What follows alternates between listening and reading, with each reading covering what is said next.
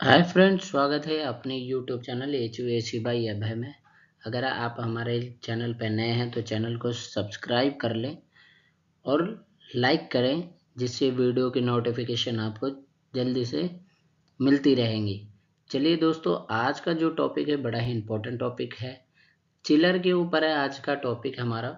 Chiller plant के ऊपर topic है। बहुत से इंटरव्यू में पूछा जाता है, आपको पता भी होगा। हर एक इक्विपमेंट, हर एक चीज़ की एक एफिशिएंसी होती है। जैसे आप डीजी की एफिशिएंसी निकालते हैं, मैंने वीडियोस बना रखी हैं। यदि आप प्लेलिस्ट में जाएंगे तो आप देख सकते हो, और मैं आई बटन पे भी लिंक दे दूंगा, वहाँ पे भी देख सकते हैं चिलर की जो डीजी की एफिशिएंसी कैसे निकालते हैं। वैसे मैंने आज सीरीज चालू किया है, चिलर प्लांट की एफिशिएंसी कैसे निकालते हैं, इसके परफॉर्मेंस कैसे होती है। तो इसी के ऊपर आज जो हमारा टॉपिक है वो चिलर प्लांट के ऊपर ही है। चिलर प्लांट की एफिशिएंसी कैसे निकालते हैं। चलिए आज जो बात करेंगे हम, कैसे निकालते हैं, इसका क्या फॉर्मूला होता है। तो आपके स्क्रीन पर दिख रहा होगा COP। COP का मैं फुल फॉर्म बताऊंगा आपको आगे, वीडियो को स्किप ना करें, अच्छे से वीडियो समझे, जिससे आपको बहुत अच्छे से चीज़ें समझ में आएंगी। Input upon output. इनपुट क्या है, हर एक इक्विपमेंट को आपको इनपुट देना पड़ता है, चाहे हमें भी, मनुष्य को भी इनपुट देना होता है, तभी आउटपुट निकलती है। यदि हम रोटी ना खाएं तो हम आउटपुट भाग नहीं सकते, काम नहीं कर सकते। तो ये चीज़ें हैं। तो चिलर प्लांट को भी इनपुट की आवश्यकता होती है। इनपुट क्या होता है वो आपको मैं आगे बताता हूँ। इनपुट जो होता है, इनपुट चिलर के अंदर इनपुट देते हैं और आउटपुट भी देते हैं। वो क्या है, आप वीडियो में बने रहें तो आपको समझ में आएंगी। इनपुट आगे बात करते हैं हम परफॉर्मेंस। परफॉर्मेंस जो हमारा COP है उसे परफॉर्मेंस में कह सकते हैं। किलोवाट, किलोवाट इन KW, और BTU जो हमारा जो इनपुट हो गया वो किलोवाट हो गया। किलोवाट हम किस में, इलेक्ट्रिसिटी में। इलेक्ट्रिसिटी में हम देते हैं, जो थ्री फेज की सप्लाई देते हैं हम चिलर को, वो किलोवाट में देते हैं। यानी थ्री फेज की सप्लाई RYB जो जाती है हमारी, वो थ्री फेज की सप्लाई होती है। BTU, ब्रिटिश थर्मल यूनिट जो होती है, वो भी KWH में निकालनी है, हमें KWH में निकालनी है।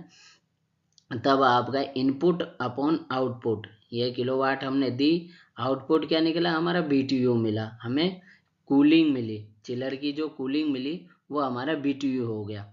चलिए आगे बात करते हैं। इसमें हमारा जो है चिलर प्लांट ही है हमारा।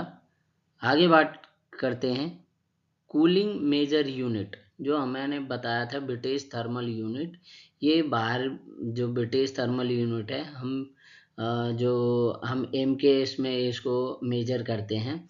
ये बाहर से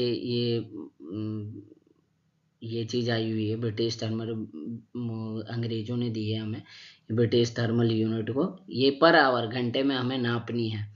तो कैसे नापेंगे, ब्रिटिश थर्मल यूनिट को पर आवर में, एक घंटे में हमारे जो यूनिट होती है 3412 यूनिट, 0.12 BTU होती है per hour.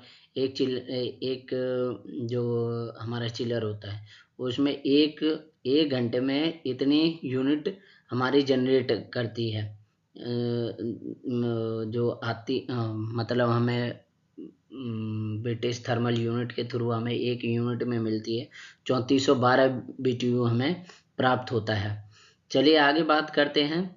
3412 BTU equal to 1 kilo, 1 kilowatt cooling. जो हमें 34 एक किलोवाट हम सप्लाई देते हैं, 1 किलोवाट हमारा खर्च होता है। तो ये इतने BTU हमें चिलर जनरेट करके देता है। तो आपको समझ में आ गया होगा। इसके ऊपर भी मैं एक डिटेल कैसे BTU निकालते हैं, कैसे BTU कैसे आती है, वो भी मैं बताऊंगा आपको। तो चलिए, अभी 3412.14 BTU पर आवर हमें प्राप्त होता है 1 किलोवाट में। तो ऐसे हमें मान लेते हैं, यदि हमारा जो चिलर है वो, एग्जाम्पल के तौर पे हम मान लेते हैं कि 10 लाख हमारा BTU पर आवर हमें खपत होती है। जो हमारे चिलर एक्सपेंसेस हैं वो 10 लाख हैं हमारा। एज पर बिल्डिंग, यदि बिल्डिंग जितनी बड़ी होती है उतने ज़्यादा BTU खर्च होता है। तो एज पर हमने एग्जाम्पल के तौर पे लिया है। आप बात करते हैं 900 TR, 900 TR का प्लांट है और 50 किलोवाट लोड लेता है। जैसे 800 TR का होगा, 900 TR का होगा, 450 TR का होगा, 500 TR का होगा। ऐसे हमने 50 किलोवाट लोड मान लिया कि 900 TR का जो प्लांट होगा, जो लोड खपत करेगा, जो लोड लेगा, वो 3 फेज की सप्लाई जो लेगा वो 900 TR का प्लांट 50 किलोवाट लोड चाहिए। तो इसके लिए हमें क्या करते हैं, जो मैंने फॉर्मूला बताया, इनपुट अपॉन आउटपुट। चलिए आगे बात करते हैं। जैसे 800 TR का प्लांट होगा वो 40 किलोवाट लोड लेगा। तो ऐसे मैंने एग्जांपल लिया है और ये लेते भी हैं 900 TR के प्लांट ऐसे 50 किलोवाट लोड लेता है। चलिए आगे